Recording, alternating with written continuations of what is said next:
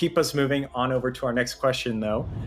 This one is there a plan to bring back dual wielding in Halo Infinite? Currently, no, that's not in the cards right now. And just to get into that a little bit is whenever you set out to make a game the size of Halo Infinite, there's just so many things you can do. I think we have a very talented team where we can do anything, but we can't do everything. And so we wanted to really focus down on the... I'm going to keep us moving along to our next question here. Will there be playable elites in Halo Infinite? Okay, that's another big question. You know, similar to the last answer, no, we're not currently planning on supporting elites as a playable... playable character in Infinite. And the reason is, you know, this is a Master Chief story. So at this point, I'm sure you've heard many different people talk about this. You've probably formed your own opinions on this, but now it's my turn. I want to talk about the no dual wielding and no playable elites in Halo Infinite. 343, they put out a video on March 11th. They took some questions from the community and they answered them, and they pretty much confirmed that there's going to be no dual wielding, no playable elites in Halo Infinite. At least at launch. They didn't make it sound too convincing that they were going to bring anything in after launch. They basically said, you know, who knows? It could happen. Who knows what'll happen after launch? But yeah, not going to have it at launch. I did think to myself, oh, they said they won't have playable elites, but what about playable brutes? But that doesn't seem like it's going to be the case because they said they're focused on a Spartan story, Spartan multiplayer, Spartan versus Spartan. So yeah, just looks like playable Spartans. Listen, I see a lot of people who... They're determining, they determine how they feel about this based on how they felt about playable elites and dual wielding in prior games. Like, I see some people saying, oh, I hated fighting elites back in Halo 3. I'm glad they're gone. And, like, I agree there. I hated fighting elites in Halo 3 as well. I fucking hated it.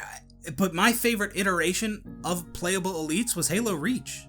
Personally, I like that Bungie made them stronger, made them taller, but they were only playable in certain playlists, like Invasion, like Elite Slayer. That's how I want my playable elites. I want the core of the multiplayer, and definitely the competitive multiplayer, be Spartan versus Spartan. But you can still have playable elites for specific playlists like Invasion or custom games.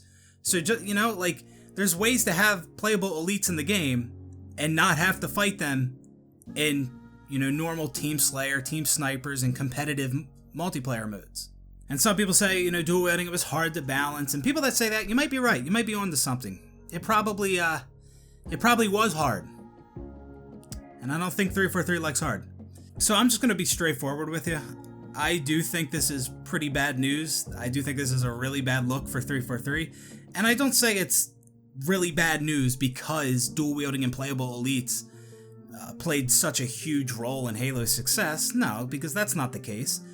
I say it's really bad news because people have been very vocal about wanting dual wielding to return and wanting playable elites to return since Halo Reach. I mean, you had playable elites in Reach, but they were not. It wasn't playable elites that you had, like you had in Halo 3 and Halo 2, where you could play them in every different playlist. And I mean, like I said, I prefer how elites were in Halo Reach over how they were in Halo 3 and Halo 2. That's my personal opinion, but still, people were very vocal about how much they wanted playable elites to return and dual wielding. And here we are now. I mean, Reach was, what, like 11, almost 10 years ago? So people have been talking about it since then. This is the longest development cycle for a Halo game ever, like 6 years. And no playable elites, no dual wielding. And then you just think back to the 2004 game, Halo 2. Elites and dual wielding. I mean, that just doesn't look good. That looks so fucking bad, man. It does. And and it's not like they just left out something people didn't care about. No, people cared about this. People did want playable elites and dual wielding. A lot. And they were very vocal about this. This was clear that people wanted this shit. And now, and it's something we had in the 2004 version of Halo, but not the 2021 version. I mean, that's longest development cycle for Halo. It's ridiculous. It is beyond ridiculous that they're not going to have playable elites in dual wielding. Especially playable elites. Dual wielding, I can see that a little more. But definitely playable elites should have been in this game. Whether they implement the elites like they did in Halo 2 and Halo 3, or like Halo Reach, or even if they're just available in custom games. Either way, Halo Infinite probably should have had playable elites. Listen, this whole time, I've been over here thinking, oh man, 343, they might actually do playable brutes. Or what if they have a game mode where you can play as all the different Covenant? That's where my mind's at. And then I hear this, no playable elites. What the fuck was I thinking? How fucking retarded am I? I don't know where. I swear, man. I lower my expectations. I really do with 343, but they continue to let me down. They continue to impress me with their incompetence. Listen, a lot of people have been talking about Halo Battle Royales recently. And personally, my opinion on it is I would love to see a Halo Battle Royale, but I think we need a good Halo game at its core before we do Battle Royale, right? So we need a good multiplayer, a good campaign, you know, a good amount of multiplayer maps. We need like a traditional Halo game, and then we can think about Battle Royale. If they could do all that if they could have a Battle Royale plus all that at launch, great. A Battle Royale maybe after launch, again, that's cool. But I don't want 343 to take resources away from the core game and allocate them towards a Battle Royale, unless the core of the game is finished and polished. Like Halo Reach was the only Halo game to launch with a campaign, matchmaking, custom games, Forge, Firefight, and Theater. Halo Reach is the only Halo game to launch with all of those. We haven't had that since Reach, since 2010. And who knows what's next? I'm just waiting for 343 to tell me no Forge at launch, no Firefight. I'm waiting for that. I could definitely see that. And like, the reasons they gave for no dual wielding and no playable elites was awful. Like, here, let's listen to it. Let's listen to it. First we'll listen to the no dual wielding. I love all of that when they get to go hands-on with it too. I'm going to keep us moving on over to our next question, though. This one is there a plan to bring back dual wielding in Halo Infinite? Currently, no, that's not in the cards right now. And just to get into that a little bit is whenever you set out to make a game the size of Halo Infinite, there's just so many things you can do. I think we have a very talented team where we can do anything, but we can't do everything. And so we wanted to really focus down on the weapon, the gunplay, grenades, melee, and where we wanted to put that bet this time was on equipment, bringing equipment back. And so right now, dual wielding isn't necessarily there, but that's because we're trying to focus on everything, on all the other things that we're working on. Gotcha. Okay, so that right there. First off, we wanted to focus on the equipment this time. Halo 3 had equipment and dual wielding. So what are we talking about? What the fuck are we talking about? What the fuck does that even mean? Oh, we wanted to do equipment this time. Okay, you can do both. Like, what the fuck? What kind of fucking answer is that? We've done both in the past. Holy shit. But you see how he's talking about the size of this game and they can't do everything? See, this was something I was worried about for a while now in regards to Halo Infinite. See, I could tell, and I'm sure many of you could as well, and they've pretty much confirmed it, that the size and scope of Halo Infinite's campaign is going to be a lot larger than the campaigns we've seen in past Halo games. So I've kind of been worried this whole time that they're gonna spend too much time on that, too many resources on the campaign, something that many people ain't even gonna touch, honestly. I mean, the longevity of Halo is in the multiplayer. But I guess they're trying to give the campaign more longevity, but still, I'd argue, I could guarantee you most people are going to be in the multiplayer. I mean, the multiplayer is free to play for Halo Infinite anyway. So I was hoping they wouldn't allocate too many resources towards the campaign of Halo Infinite and have to cut corners in other areas of the game. And when they say no dual wielding and no playable elites, like that does sound like That kind of sounds like what's happening. Like, to all you people saying, "Oh, dual wielding, it's hard to balance, or this or that, or it's insignificant." Did he say that? Is that the answer he gave? No. He basically said we can't do everything. Like it sounded like we don't have enough time to do it, but we would like to do it. That's how he made that sound. So listen to his answer. Oh, it's hard to balance. Well, hard to balance.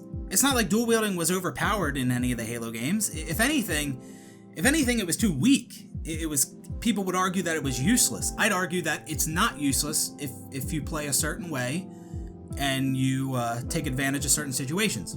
No, you're not just going to be able to pick up 2 weapons and run at a guy and try shooting him across the map when he has a BR. I mean, like, no, that's not going to work. But yeah, when it comes to balancing, if anything, dual wielding was too weak in Halo games, and yet people still loved it. So what's the problem there? It's not overpowered, and people still love dual wielding. Many people did. So I definitely feel like they should have had dual wielding in Halo Infinite to some extent. Again, like I said with Playable Elites, you don't even have to have dual wielding in all the game modes. Like, you could just have dual wielding in custom games and campaign. You could just do that if you wanted. But yeah, to not have it at all is pretty ridiculous. Especially when Quinn isn't acting like they didn't have plans to do it. He's more so acting like they didn't have time to do it. 6 years? 6 years? People have been asking for this since 2010. So, no 343 game, no mainline 343 game has had dual wielding or playable elites.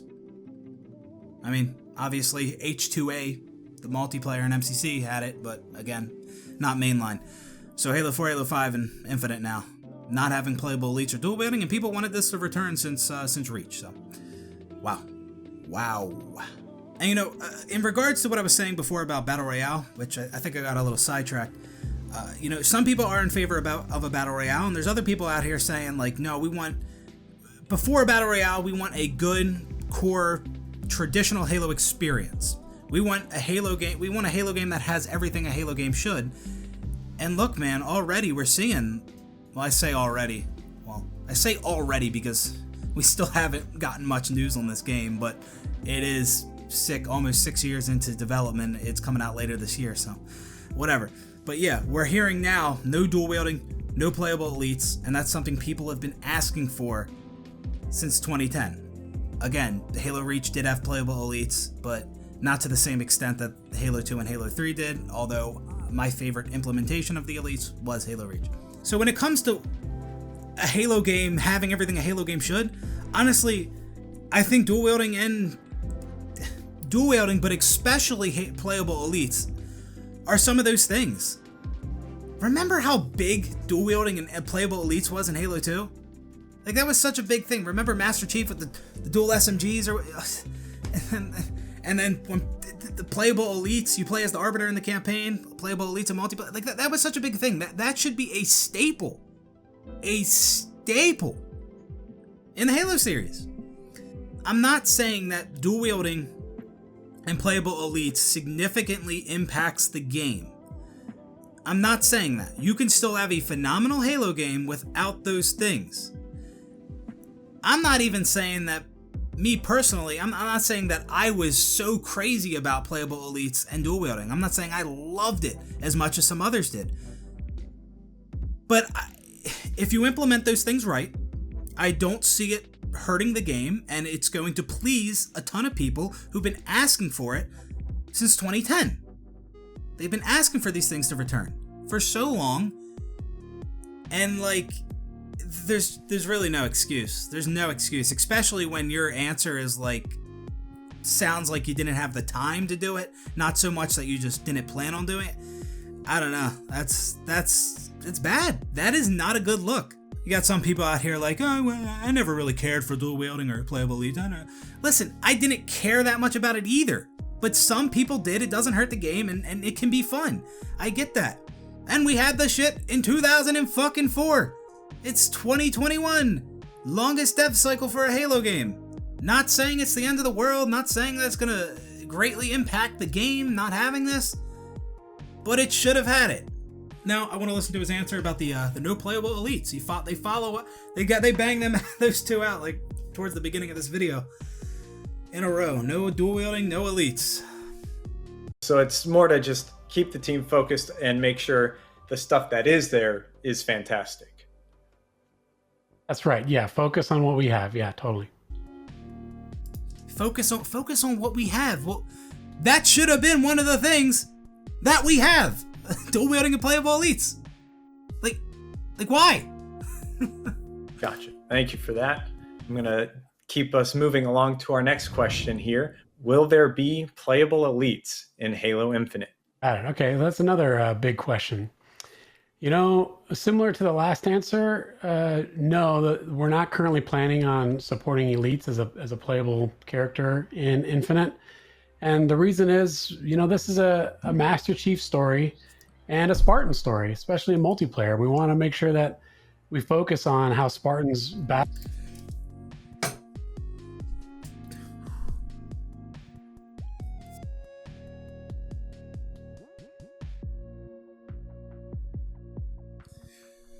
Was Halo 3 not a Master Chief story? No, Halo 3 was a fucking Master Chief story. Halo 2 was a Master Chief and Arbiter story. They both had playable elites.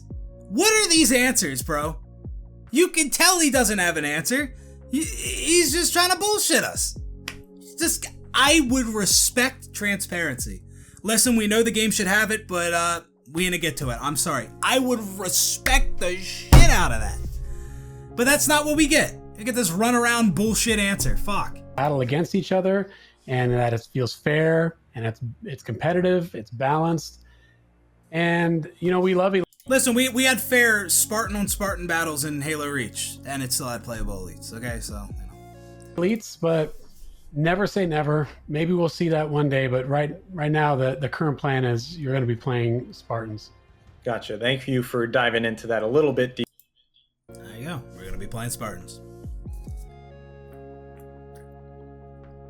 Again, not acting like playable elite, not having playable elites is gonna it's gonna really hurt the game. I'm not acting like that. I'd probably be playing as a Spartan anyway.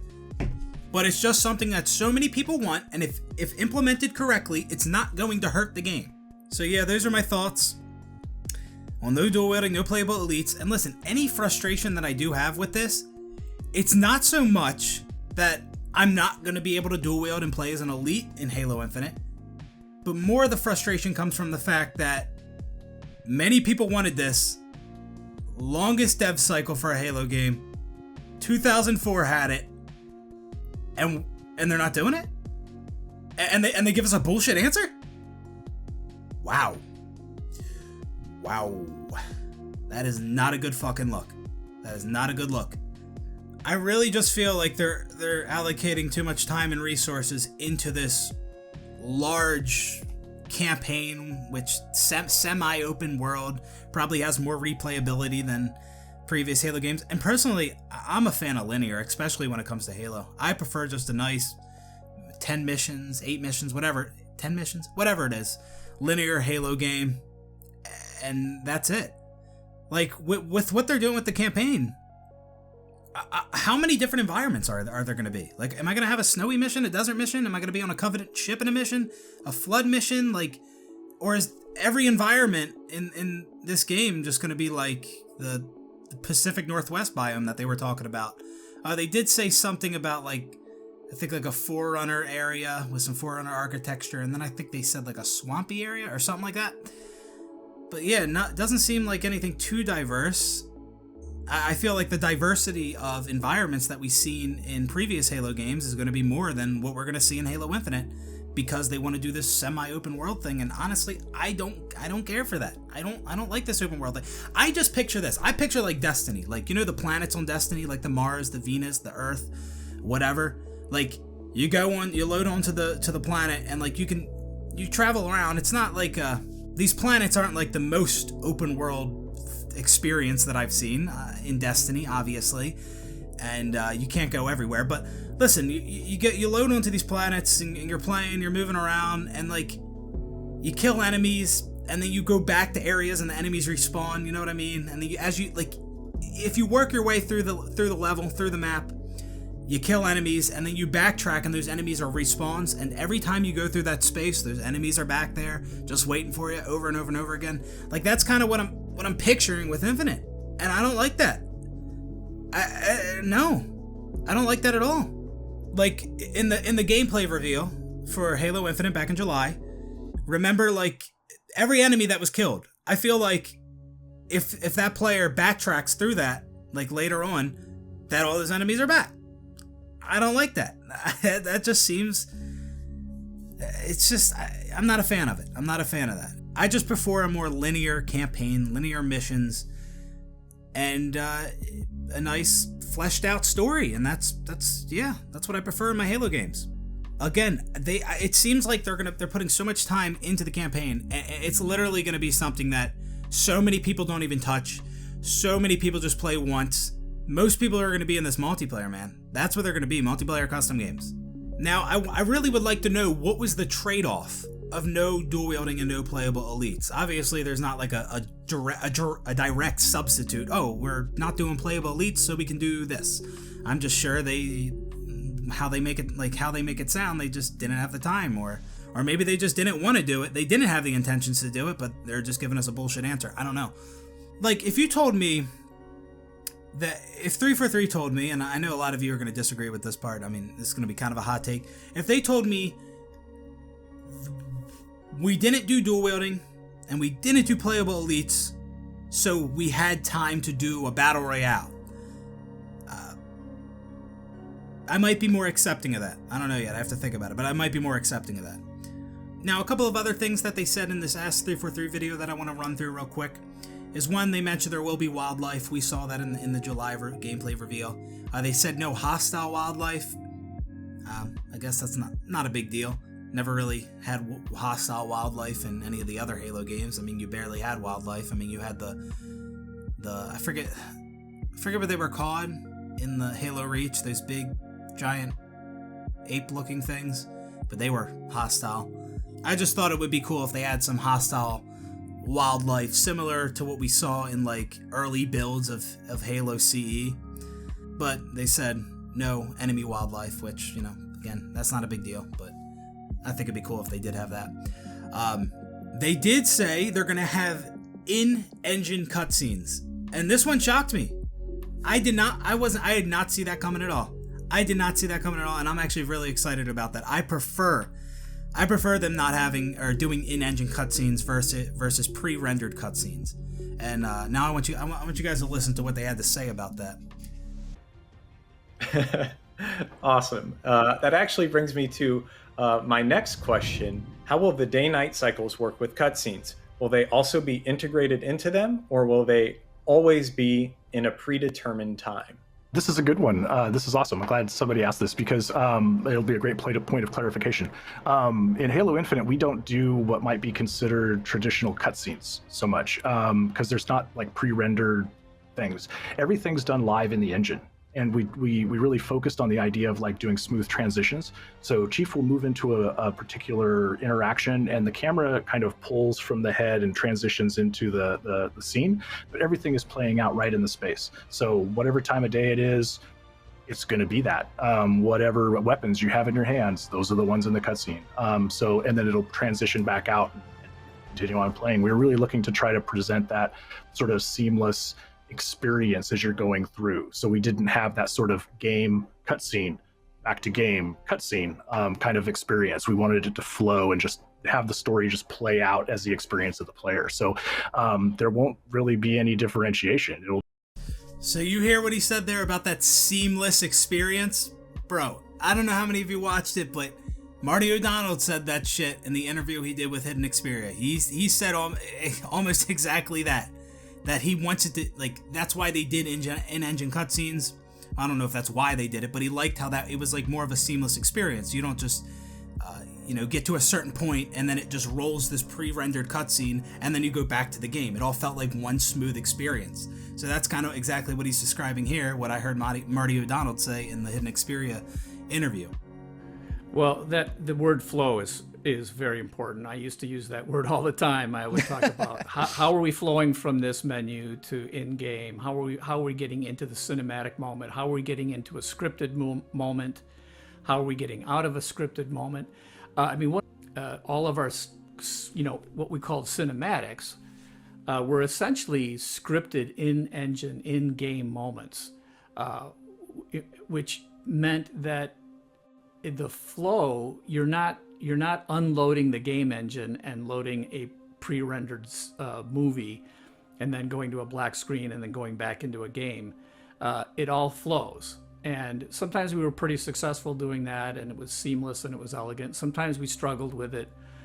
But I still feel like that's, for me as a game player, that's the way I like the games. I don't like having these moments that interrupt and take me essentially out of the game. So I do like that. I like the sound of that. Pre-rendered cutscenes. I'm all for it. I did not think that was something that's going to be happening. I think that's cool. Now, I just wonder how good are their 343's pre-rendered cutscenes going to look? I don't know. In my head, I can actually see them looking kind of lame. What I'm picturing, how he said like the camera pulls from the head. What I'm picturing in my head doesn't look good, but obviously that's just speculation. But hopefully they look good. And the last thing I want you guys to listen to that I want to touch on real quick is this part. That's awesome. I actually am very excited to see our players go hands-on and see these different experiences. Could you actually expand on that? We've got some time here. Could you expand on what that means for players? Yeah, absolutely.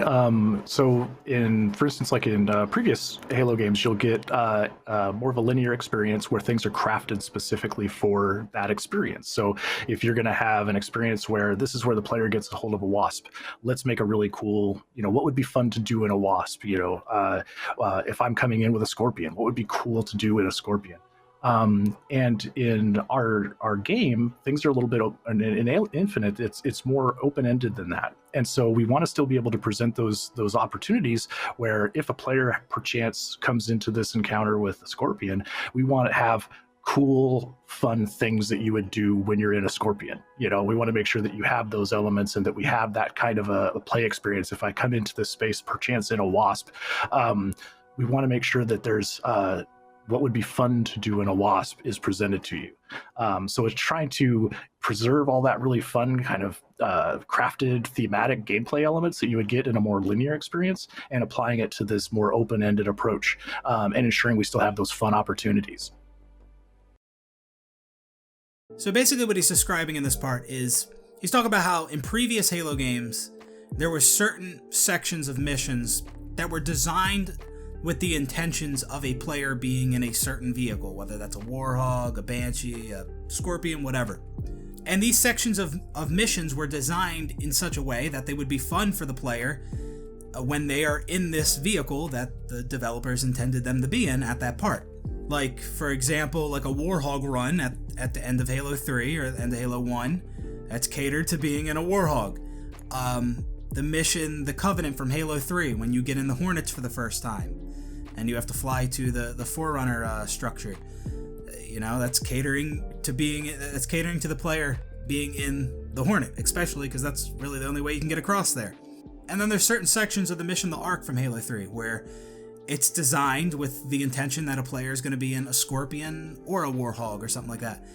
Like the tank beats everything, tank beats Hunter, that part from the Ark. The developers, they obviously were trying to make that fun to if you were driving through on a Scorpion, because that's what they intended the player to be in, or a Warhog, whatever. But like when they talk about this more open-ended experience, like, oh, we're gonna have sections that are fun to be in all the vehicles. Oh, it doesn't matter if you enter in a Wasp or a Scorpion or a Warhog, it's gonna be fun to use any of those vehicles in that section. That has me a little worried, because that makes me think, okay, maybe it will be fun to use any of the vehicles in that space, but maybe it won't be as good of an experience as it would have been if they created that space with the intentions of you being in a specific vehicle. So maybe I roll up into this certain area in a Wraith, and maybe, it's all right, it's fun, it's cool, But if they would have designed that space with the intention that the player is going to be in a wraith, I think it could be even more fun, more enjoyable. And this whole, oh, that area is going to be fun no matter what vehicle you have approach, just doesn't seem like it's going to be as satisfying. Like, just look at the Warhog runs in Halo 3 and Halo CE. Like, that's something you can't do on a Scorpion or a Wraith. And like, you could do the Warhog run at the end of Halo 3 with a Scorpion or a Banshee if they were in the level and you could actually get one, but you would just be flying over everything. That wouldn't be that satisfying. You know, that experience was catered to the Warhog. Or a Mongoose or a Chopper and a Ghost, you can get away with it. But like, you know, it wasn't catering to all the vehicles. And if Bungie would have done that with the Warhog run at the end of Halo 3, I don't think it would have been as satisfying of an experience.